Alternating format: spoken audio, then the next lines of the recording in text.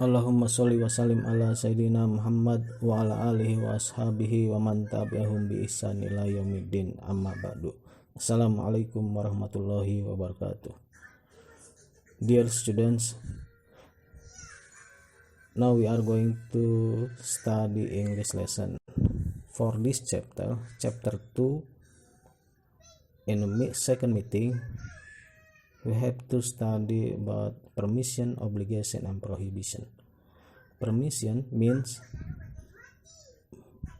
perizinan, obligation kewajiban, prohibition larangan. Telling permission. The modal verb we use here, can and may. Can means bisa, dapat, atau boleh. May, the second may, bermakna boleh. For example, you can camp in this area. We may borrow books here. Kamu dapat berkemah di area ini. Kita boleh meminjam buku di sini. Obligation, kewajiban. The modal verb use must and should. Must, harus atau wajib. Example, you must wash your hand here. You must wash your hand. Kamu harus mencuci tanganmu. The second modal verb, should. The example, I get headache. I should see a doctor. Saya sakit kepala.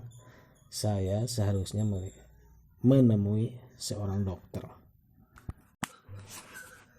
The last about prohibition atau larangan. We only add not after modal verb can plus not, may plus not, must plus not, should plus not.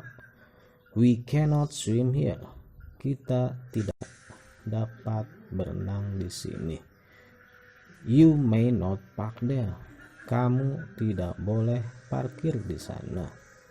Students must not leave class without permission. Para siswa tidak boleh meninggalkan kelas tanpa izin. We should not put off our mask here.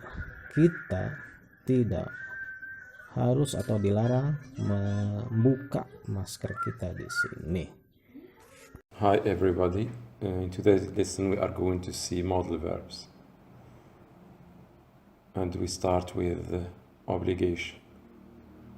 So to express obligation we use different modal verbs. As you see in the first situation, we have a teacher speaking to her student. She says, you must do your homework. So what is the modal verb here? Of course it is must. So why do we use must here? Because the teacher has authority on her student. So it's a kind of vertical relationship. That's why we use must. So it's personal authority. The teacher has authority on her student. Let's move to the second example. We have students speaking to another student, and she says, we have to do the homework. So does the student have authority on the other student? Of course not. So the modal verb that we use here is have to, and the student is talking to another student. So it's kind of horizontal relationship. They are just citing an external authority, namely the one of the teacher, of course.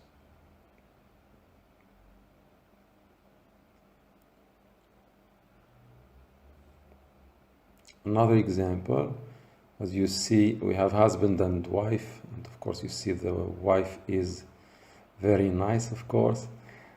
She's yelling at him and saying, hurry up, you must sweep the floor before the guests arrive. So the modal verb here is must. Now let's move to another example. Here we have, in England, students have to wear a uniform. So who obliges students to wear uniforms, of course, is the school regulation. So the modal verb that we use is have to, because we have an external authority.